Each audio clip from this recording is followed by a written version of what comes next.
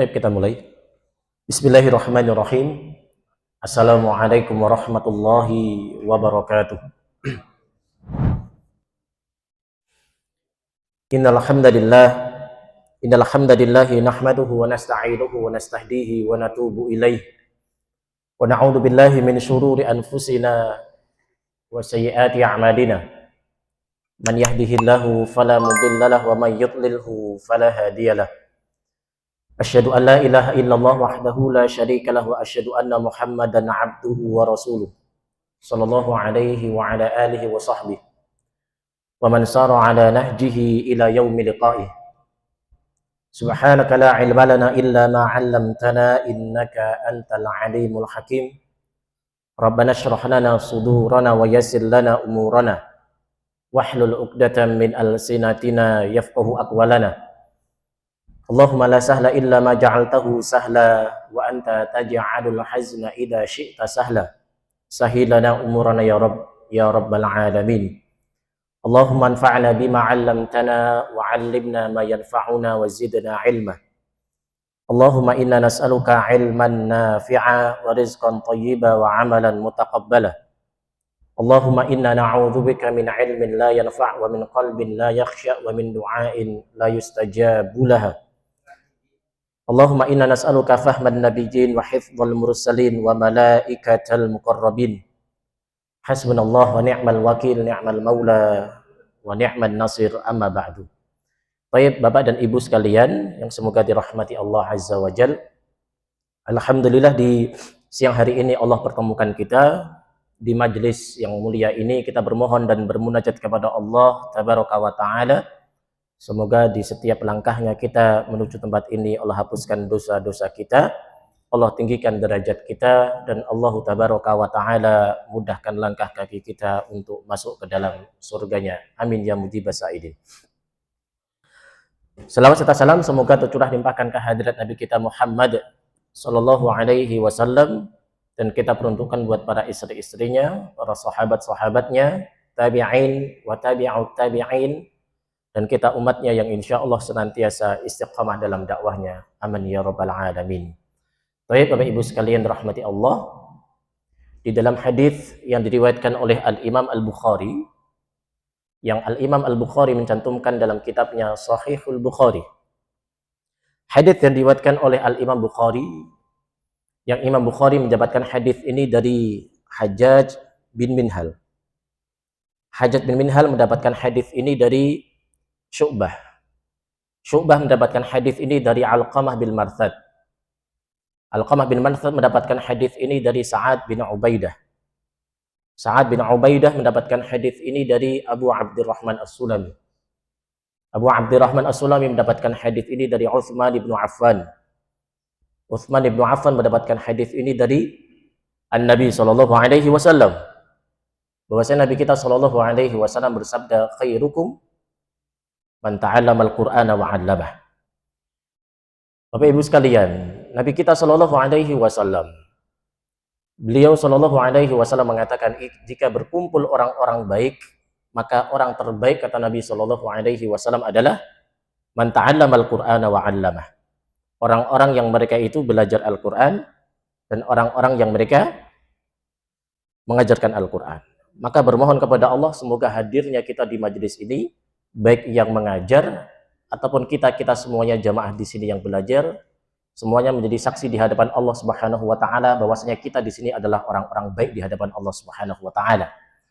Karena Nabi Shallallahu alaihi wasallam memerintahkan kepada kita, idza marartum bi riyadil jannah farta'u. Kita habis sholat zuhur kayak gini, kemudian melewati, kata Nabi, idza marartum bi riyadil jannah. Jika kalian itu melewati ada taman-taman surga, kata Nabi, maka mampirlah, kata Nabi. Maka para sahabat bertanya kepada Nabi, "Wama riyadul jannah ya Rasulullah?" Apa itu taman-taman surga, kata para sahabat. Maka Nabi Shallallahu alaihi wasallam mengatakan, hilaquz dzikr, yaitu halaqah zikir, yang di situ dibacakan ayat-ayat Allah Subhanahu wa Ta'ala dan dibacakan sabda Rasul Shallallahu alaihi wasallam. Maka lagi-lagi bermohon kepada Allah semoga ini menjadi saksi kebaikan di hadapan Allah. Dengan kesibukan kita di zuhur ini masih menyempatkan kita di hilaqud dzikr. Amin ya rabbal alamin. Baik Bapak Ibu sekalian, Hari ini kita masuk di hari-hari yang dikatakan para ulama sebagai hari-hari panennya pahala. Yang itu hanya terjadi dalam 1 tahun sekali saja. Gitu. Karena Allah Subhanahu wa taala itu ketika menciptakan sesuatu, ya apa yang beliau kehendaki, apa yang Allah taala kehendaki, maka akan terjadi.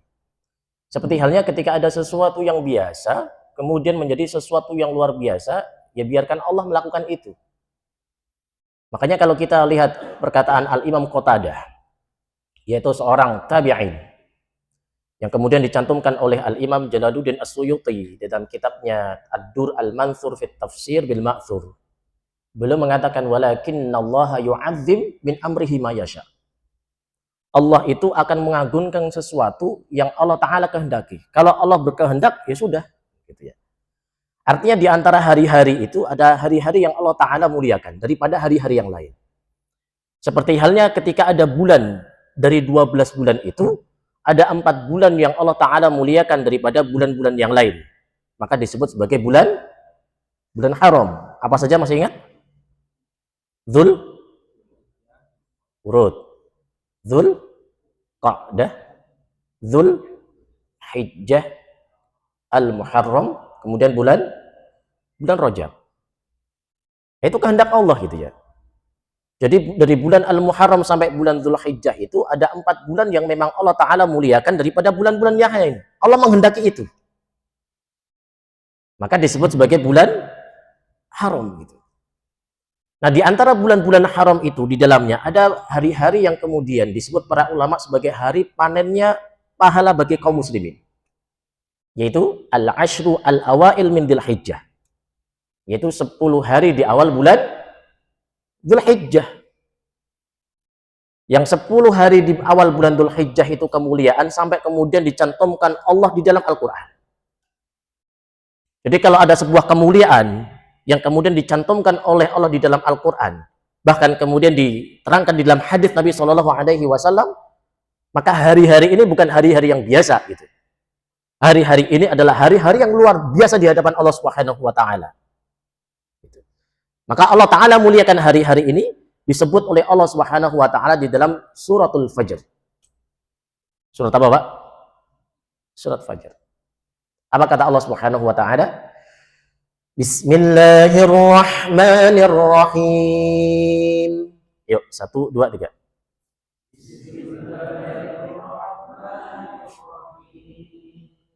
Wal fajr. Wal fajr.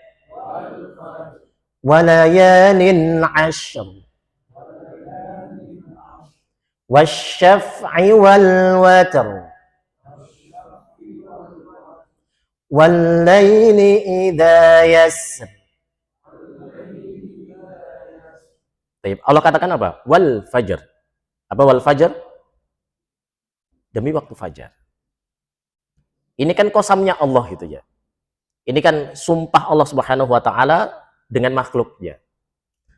Kalau sampai Allah itu bersumpah dengan makhluknya, maka kaidahnya adalah makhluk tersebut adalah bukan makhluk yang biasa. Tapi makhluk tersebut adalah makhluk yang istimewa di hadapan Allah. Gak mungkin kok Allah menciptakan makhluk, tapi makhluknya dijadikan oleh Allah sebagai qasam. Apa? Dijadikan oleh Allah sebagai sumpah. Gak mungkin bahwasanya makhluk itu adalah makhluk yang biasa.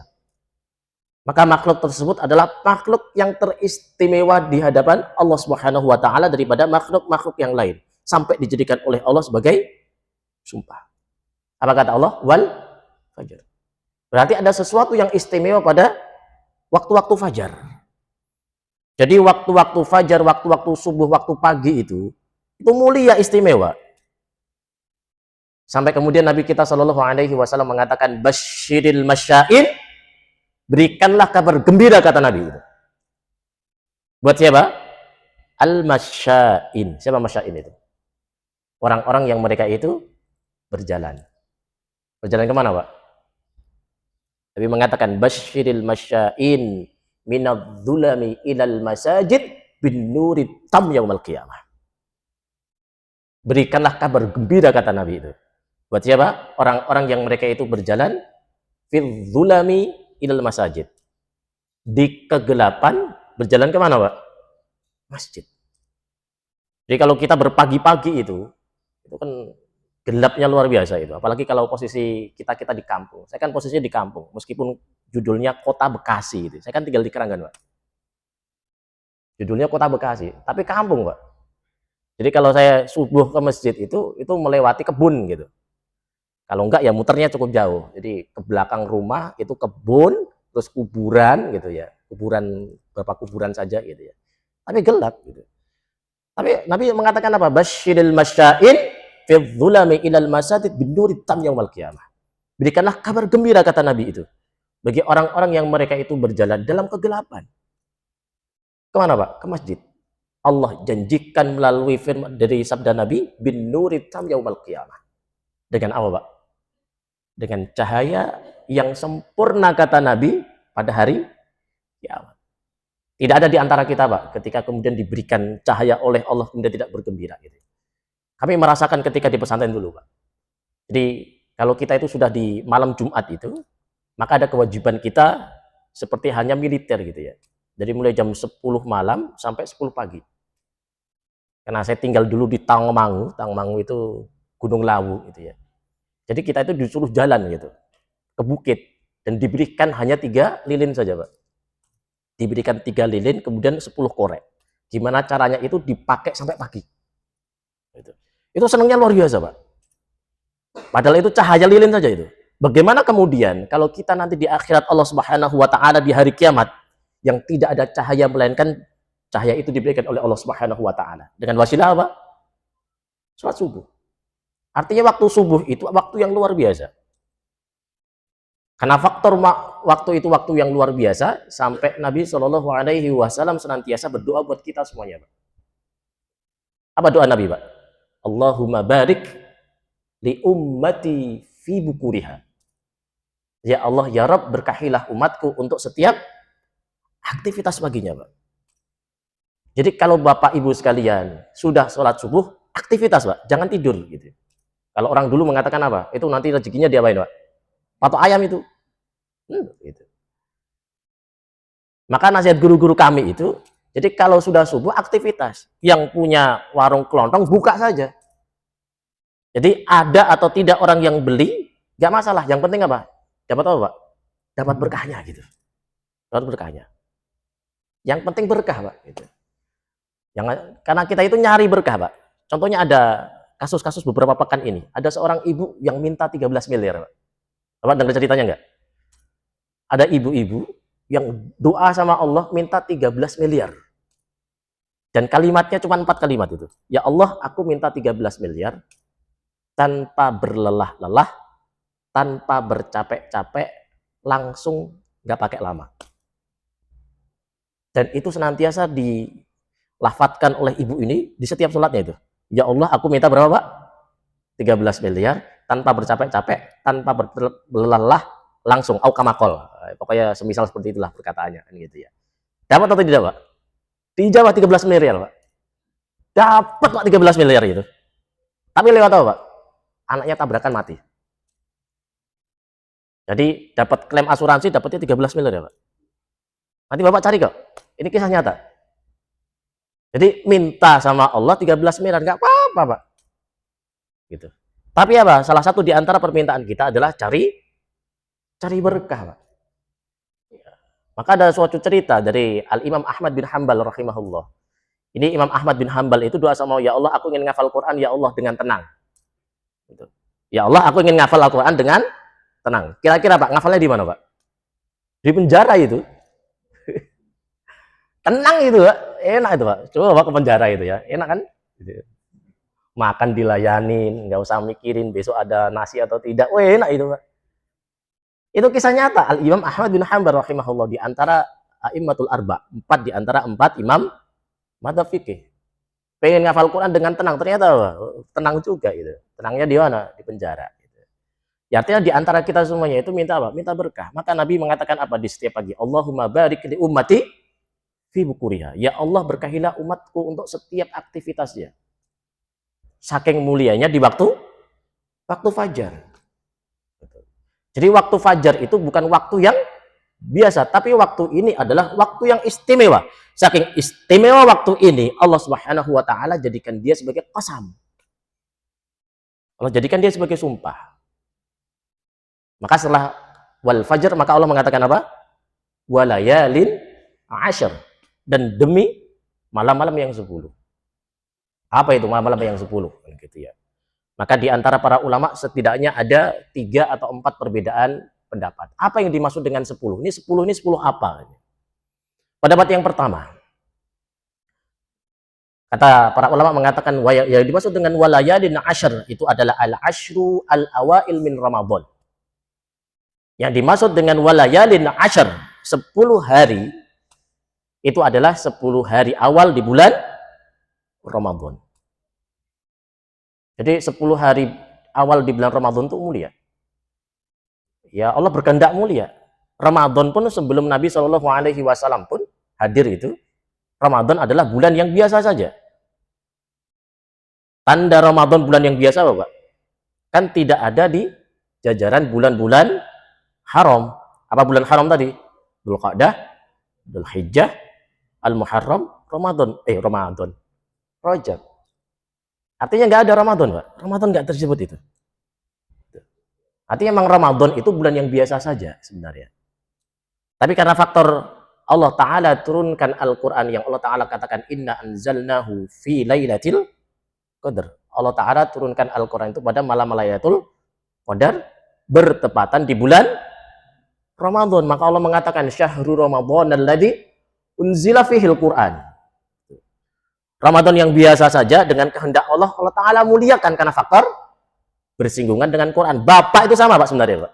Pokoknya segala sesuatu makhluk yang langsung bersinggungan dengan Al-Quran, maka sebenarnya statusnya akan naik menjadi status mulia. Ramadan yang biasa-biasa saja menjadi Ramadan yang luar biasa karena bersinggungan langsung dengan urusan Al-Quran. Kalau kita, Pak, ini ya, yang terus belajar Al-Quran, kita kajian kan sepekan sekali, Pak, ya. Gitu. Di sini sepekan sekali. Nanti di rumah mungkin di hari Sabtu, hari Ahad ngaji. Kan ngajinya kan ngaji Quran, gitu. Kalau sampai kemudian kita sering mengaji, kemudian tidak menjadikan kita menjadi mulia, ini sebenarnya ada sesuatu apa dalam keimanan kita, kan gini. Gitu. Jadi yang dimaksud dengan walayalin ashar adalah 10 hari awal di bulan Ramadan. Pendapat yang pertama. Pendapat yang kedua, yaitu yang dimaksud dengan walayalin ashar adalah 10 hari terakhir di bulan Ramadan. Gitu ya. Jadi 10 hari terakhir di bulan Ramadan yang disebut sebagai al-ashru al-awakhir min Ramadan. Itu bulan yang hari-hari yang mulia itu. Saking mulianya Allah mengatakan apa?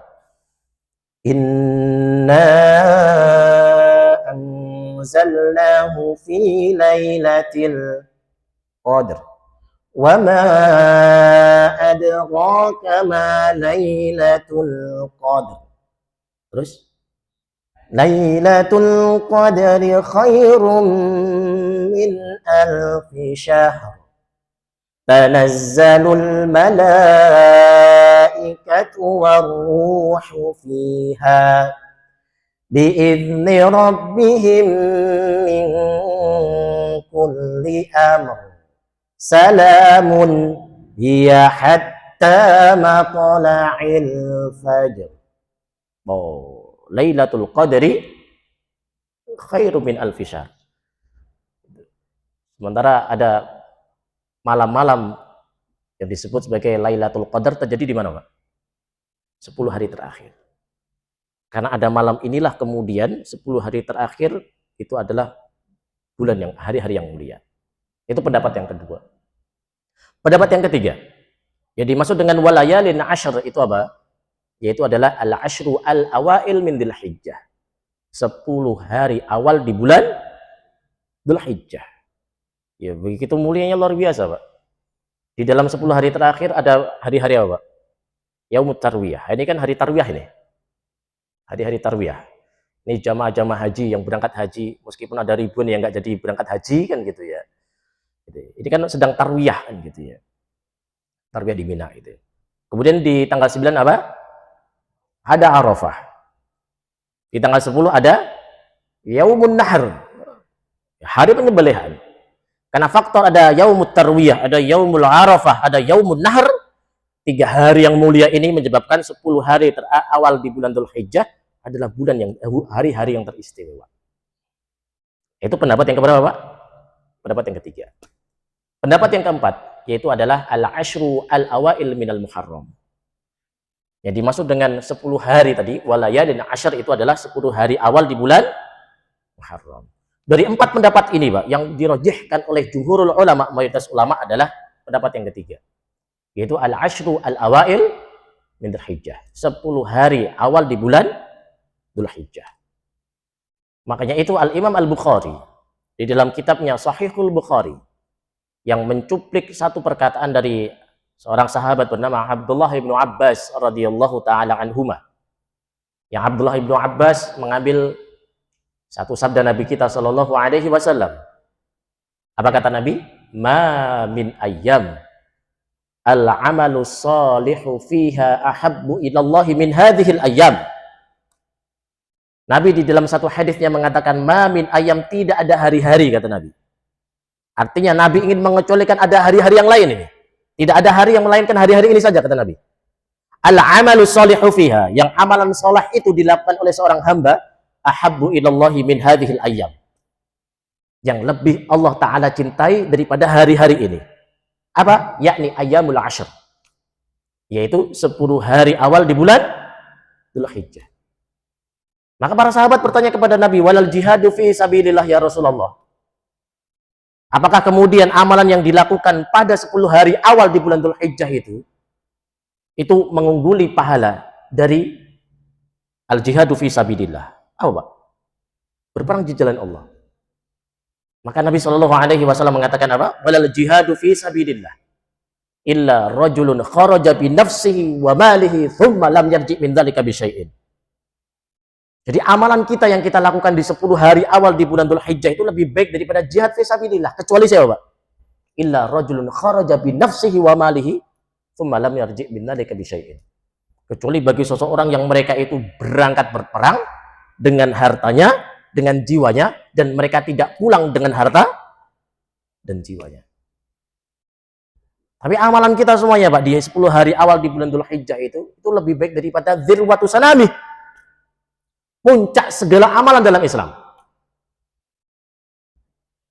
Jadi puncak amalan-amalan dari mulai sholat, dari sedekah, dan lain-lain itu, tidak ada amalan yang lebih tinggi daripada dzirwatu sanamih. Puncak amalannya itu adalah al-jihadu fi sabilillah.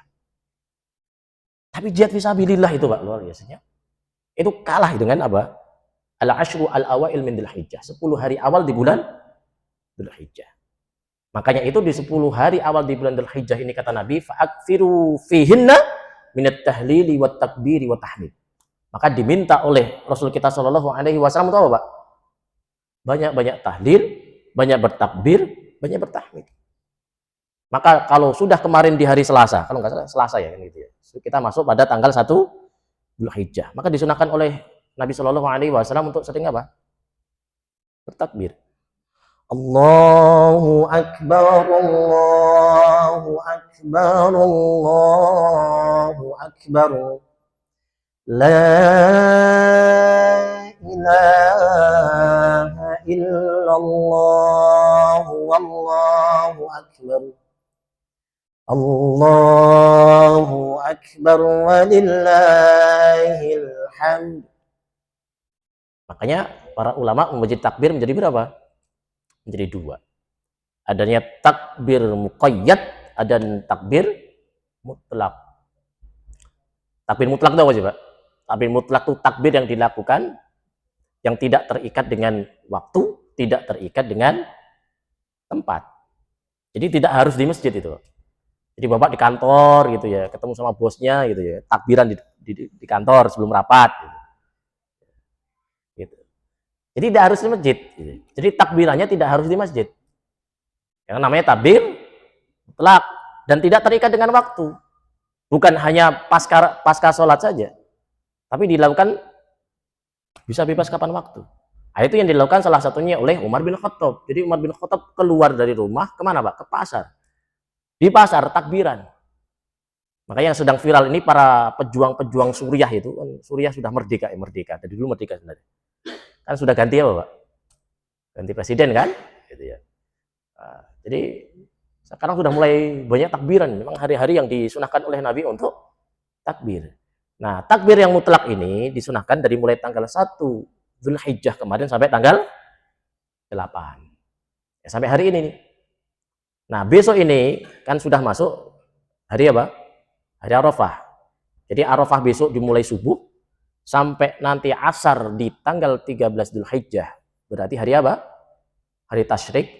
Nah, ini takbirnya namanya takbir muqayyad.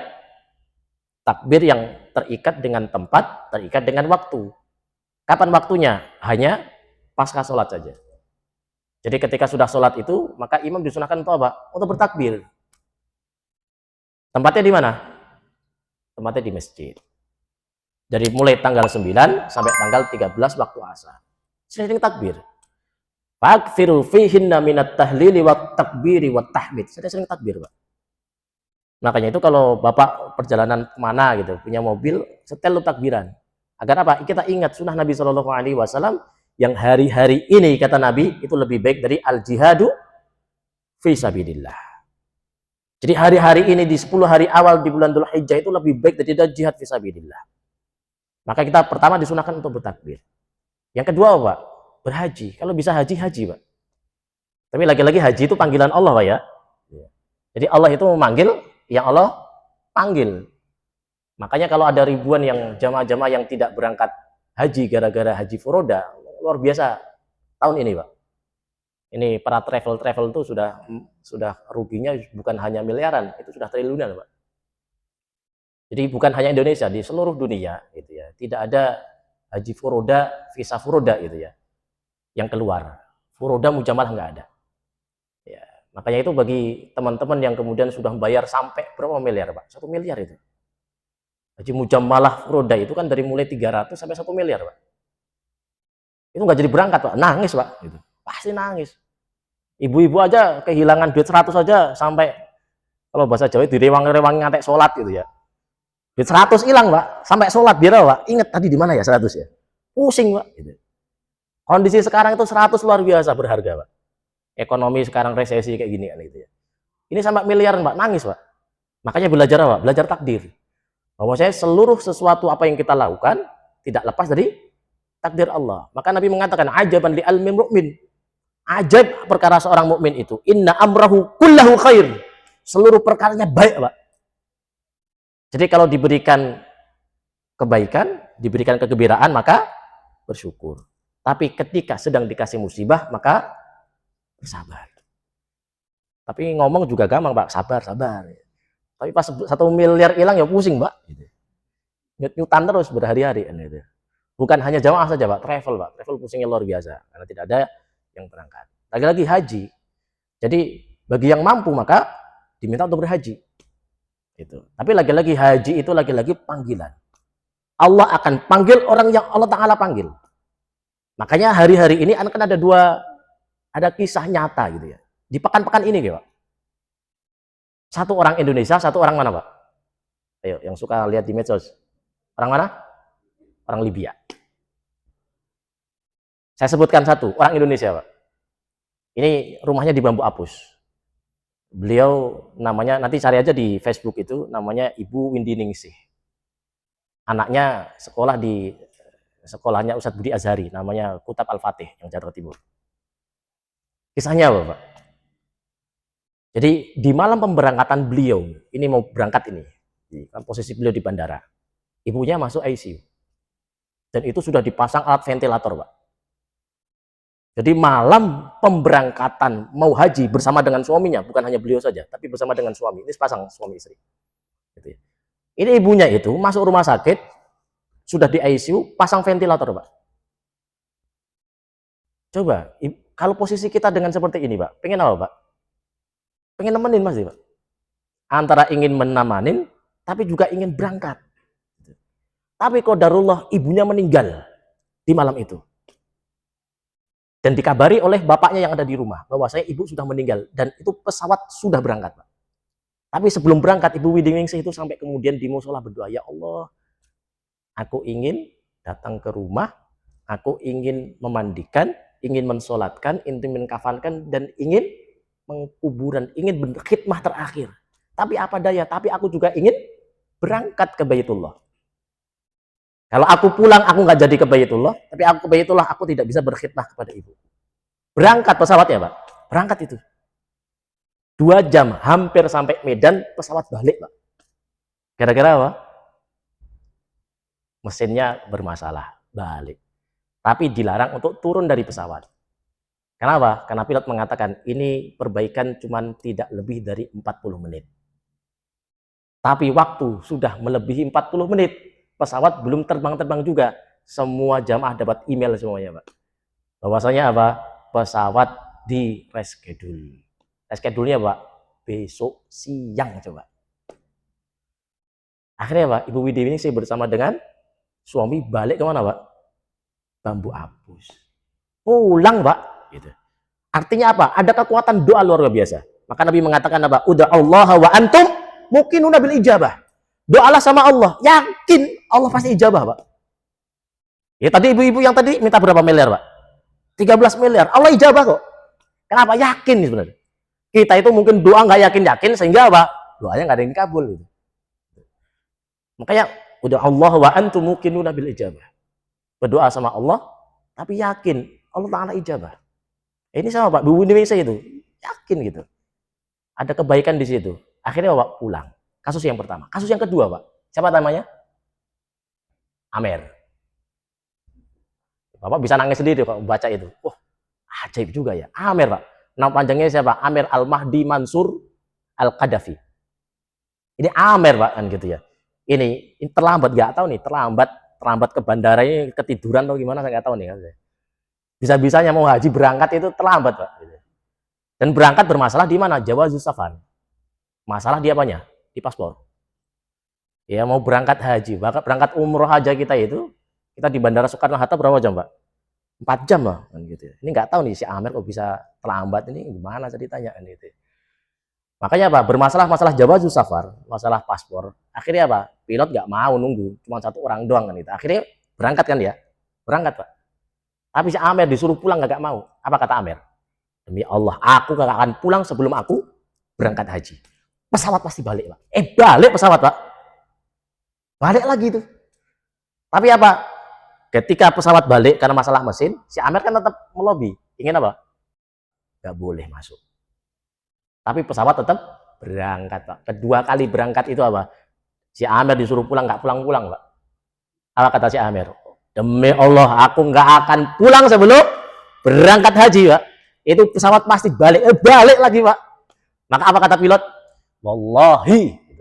Demi Allah, ini pesawat tidak akan berangkat sebelum Amer naik. Naikin si Amer, Pak. Berangkat itu, Pak. Menggemparkan dunia tuh si Amer hari ini. Itu ya. Itu kekuatan apa sih? Kekuatan doa, Pak. Itu kekuatan doa. Tapi lagi-lagi, berbicara tentang ibadah haji tadi, haji itu siapa yang dipanggil oleh Allah? Allah yang panggil. Yang tidak Allah panggil yang nggak berangkat. Maka kita diminta untuk apa? Di 10 hari terakhir diminta untuk haji. Kalau kemudian nggak bisa haji, Pak, maka yang dilakukan apa, Pak? Kurban. Nggak bisa kurban. Jadi ada ibadah-ibadah sebagai pendekatan kita kepada Allah atau diistilahkan sebagai taqarrub ilallah itu. Kalau nggak bisa haji, maka ada ibadah yang lain yaitu adalah kurban, Pak. Kan sama sebenarnya, Pak. Bagi kita yang tidak bisa haji karena faktor memang kita tidak mampu, kan gitu ya. Maka diminta oleh Allah untuk berkorban. Diminta untuk korban. Karena apa yang dilakukan oleh orang-orang haji dengan orang-orang korban kan tidak jauh berbeda, Pak. Coba, ketika orang-orang haji dalam kondisi dia memakai ihram, berarti dia sedang muhrim, kan gitu ya. Maka segala sesuatu yang diharamkan, maka tidak dibolehkan dilakukan. Bahkan yang halal saja tidak boleh dilakukan, gitu ya. Salah satunya apa, Pak? Potong kuku, potong rambut. Segala hal sesuatu yang ada di rambut, dari mulai atas sampai bawah ini, nggak boleh dipotong. Kalau kondisi sedang ihram. Kan sama seperti halnya orang yang berkorban. Nggak bisa haji, diminta Allah untuk berkorban. Maka Nabi SAW mengatakan, idza ra'aitum hilala dzil hijjah. Jika kalian itu melihat hilal dzul hijjah, berarti di hari Selasa kemarin itu. Wa arada ahadukum ayyudhhiya, dan kalian berniat untuk apa? udhiyah, yaitu berkorban. Maka Nabi mengatakan fal yumsik an sya'rihi wa atfarihi. Maka jaga jangan sampai dipotong apanya, Pak? Semua rambut dan kuku. Makanya wajah saya kok berbeda. Oh iya. Kok beringosan? Oh iya, Pak. Saya setiap hari itu harus motong-motong itu, Pak. Ini sudah berapa hari? 8 hari saya nggak motong kan itu. Kenapa? Ingin dipermisalkan seperti orang yang haji. Mereka yang haji dilarang untuk potong rambut, kan kita juga dilarang untuk potong rambut bagi yang berkorban. Mereka dilarang untuk potong kuku, kita juga dilarang untuk potong kuku. Kan sama saja sebenarnya. Kan gitu. Dan ketika mereka itu dari mulai mereka Arafah, kemudian ke Muzdalifah diminta untuk berzikir, maka kemudian mereka ke Jamarot. Ngapa main ke Jamarot, Pak? Lempar jumroh. Ketika melempar jumroh apa yang dikatakan, Pak? Bismillahi Allahu Akbar. Bismillahi Allahu Akbar. Kan sama, Pak, seperti hanya orang yang korban. Ketika korban kemudian hewan korban digeletakkan kemudian ingin disembelih, apa yang dikatakan oleh penyembelih? Bismillahi Allahu Akbar. Kan sama, Pak. Dan ketika orang-orang yang haji yang mereka ketika sudah mereka melakukan jamarot, maka diminta oleh Nabi Shallallahu Alaihi Wasallam menghadap kemana? Ke kiblat. Berdoa sama Allah, Pak. Inni wajjahtu wajhiya lilladzi fataras samawati wal arda hanifan muslima wa ma kana minal musyrikin. Inna salati wa nusuki wa mahyaya wa mamati lillahi rabbil alamin la syarikalah wa bidzalika umirtu wa ana minal muslimin. Mereka yang habis jamarot maka berdoa inni wajjahtu. Kan sama seperti halnya orang ketika kurban. Ketika korban, hewan korban kemudian digeletakkan, kemudian kita mengatakan Bismillahi Allahu Akbar, setelah selesai, Pak, kita diminta untuk menghadap kiblat berdoa, Pak, inni wajjahtu wajhiya lilladzi fataras samawati. Sama, Pak. Jadi semuanya sama gitu. Dan ketika orang haji, apa yang diminta oleh Allah Subhanahu wa taala dan Nabi? Wa tazawwadu fa inna khairaz zadit taqwa. Output dari orang haji itu jadi takwa. Kan sama halnya seperti orang berkorban. La yanalallaha luhumuha wala dima'uha walakin yanaluhu taqwa minkum. Yang nanti hadir di hadapan Allah dari hewan-hewan kurban itu bukan daging-dagingnya. Yang datang kepada Allah itu bukan apanya, Pak? Bukan darah-darahnya. Walakin yanaluhu taqwa minkum. Tapi yang diminta Allah apa, Pak? Ketakwaannya. Kan sama. Orang yang haji takwa, orang yang kurban takwa. Nggak bisa haji, nggak bisa korban, maka dia lakukan apa, Pak? Puasa. Besok jangan lupa, Pak, puasa Arafah. Kan sama, Pak.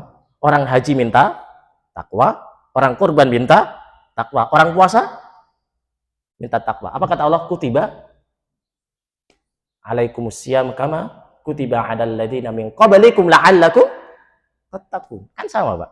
Yang haji takwa, yang korban takwa, begitu juga orang yang puasa. Jangan sampai nggak bisa haji, nggak bisa umroh, besok nggak bisa puasa, tanggal 10 datang ke masjid, nyari apa, Pak? Kupon.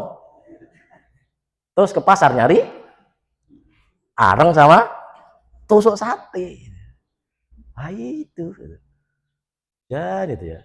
Jangan sampai kita itu sudah nggak bisa haji, nggak bisa korban, terus besok ya nggak puasa gitu loh ya.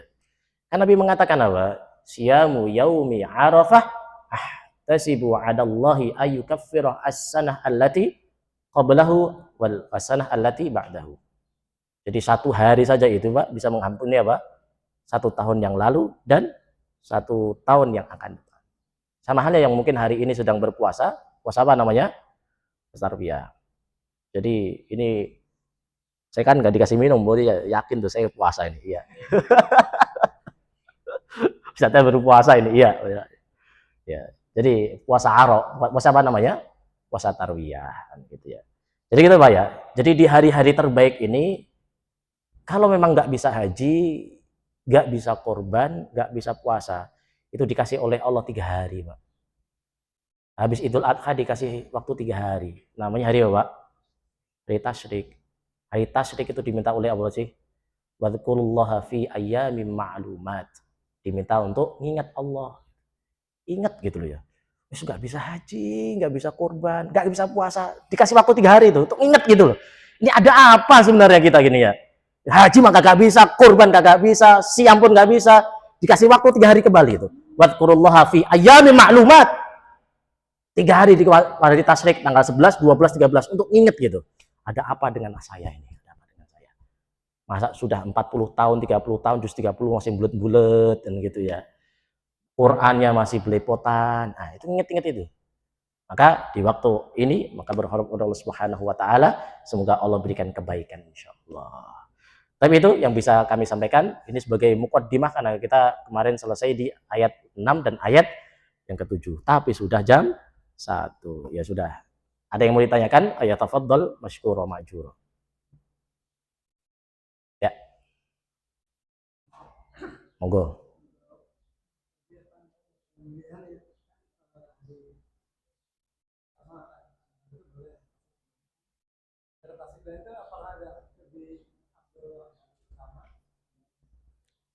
Wallahu alam ya. Apakah kemudian ada keutamaan di tanggal 10 Dzulhijjah atau kemudian dibandingkan dengan hari tasyrik, wallahu alam. Terkait dengan afdoliyah. Tapi kalau terkait dengan kebolehan maka diperbolehkan untuk di luar Idul Adha yaitu tanggal 11, 12 dan 13. Ini rata-rata juga nanti masjid di tanggal 11 kok. Karena tanggal 10 bertepatan dengan hari Jumat. Ya, ini kan bertemunya 2 hari raya. Hari raya Idul Adha bertemunya dengan hari raya Jumat. Makanya itu dalam fikih dibahas, apakah kemudian Jumatan menjadi sesuatu yang tetap wajib atau menjadi yang sunnah saja. Maka ada pendapat yang bahwasanya boleh tidak Jumatan diganti dengan zuhur, tapi kalau buat DKM ya wajib untuk diadakan sholat Jumat. Untuk apa sih? Memberikan fasilitas kepada kawan-kawan yang mereka ingin melakukan sholat Jumat meskipun paginya sudah Idul Adha. Itu Pak ya. Wallahu a'lam bishawab. Ada yang lain mau nanya? Sudah, terima kasih. Jazakumullah khairan. Semoga yang sedikit ini memberikan ilmu yang bermanfaat. Bermohon kepada Allah Subhanahu wa taala, Allahumma inna nas'aluka ilman nafi'ah wa na'udzubika min ilmin la yanfa'. Baik, nakhatim bi qiraati kafaratil majlis. Subhanakallahumma wa bihamdik asyhadu an la ilaha illa anta astaghfiruka wa atubu ilaik. Assalamualaikum warahmatullahi wabarakatuh.